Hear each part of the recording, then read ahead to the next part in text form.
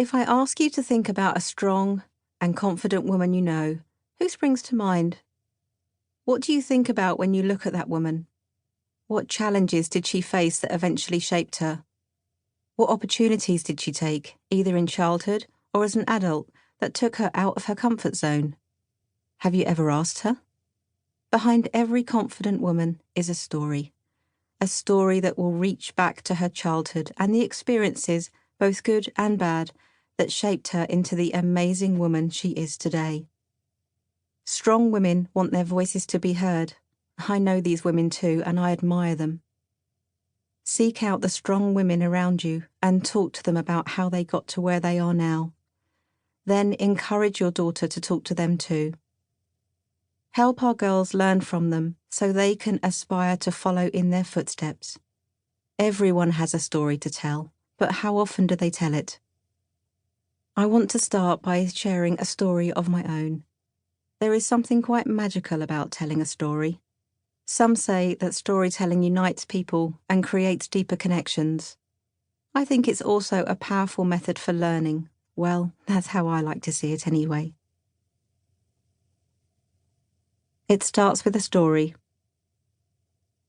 It was the summer of 2018, and I was at the height of my personal career.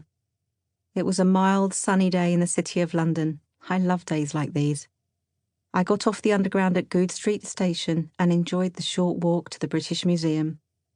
I had never been to the British Museum before, despite it being one of the largest museums in the world. In fact, I had visited very few museums in my life.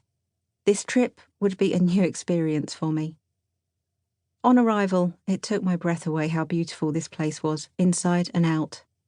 The much-loved listed building is rich in history and home to countless ancient objects.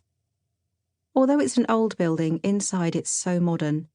The iconic glass ceiling is quite a spectacle, and it made me think about the concept of women smashing down glass ceilings. Gosh, how things have changed over the last 100 years. Perhaps that was why the British Museum had been chosen as the venue to host that year's STEM, Science, Technology, Engineering and Mathematics Women's Summer Conference, the precise reason why I was there. I had been invited by the organisation STEM Women to deliver an inspiring keynote speech to more than 250 graduates. I was going to talk about how these bright girls are the future, a new wave of British entrepreneurs hidden within the architecture of this classic British building. I love the idea of mixing old and new in perfect harmony within these walls. I was suddenly very aware that I was the old and they were the new. I was welcomed with beaming smiles by the event conference team. As I walked down the stone staircase to the lecture theatre, I noticed that the graduates were buzzing and chatting while making their way to their seats for their next session. My session. So without too much time to spare, I followed them into the theatre and made my way towards the stage and the largest television screen I had ever seen. This would be the second largest keynote I had delivered so far. As it was in the British Museum, it was sure to become a career highlight. Little old me in the British Museum, the most visited site in the UK. I thought about the people who had graced this stage before me, from brilliant professors to English rugby player Johnny Wilkinson and contemporary artist Grayson Perry. They have all presented on this wonderful stage. I suddenly realised how fortunate I was to have been asked to come here and deliver my talk.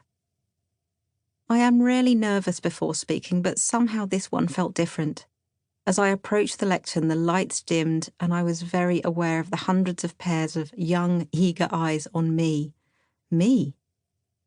Being a woman in tech, this was an opportunity to talk about my favourite subject.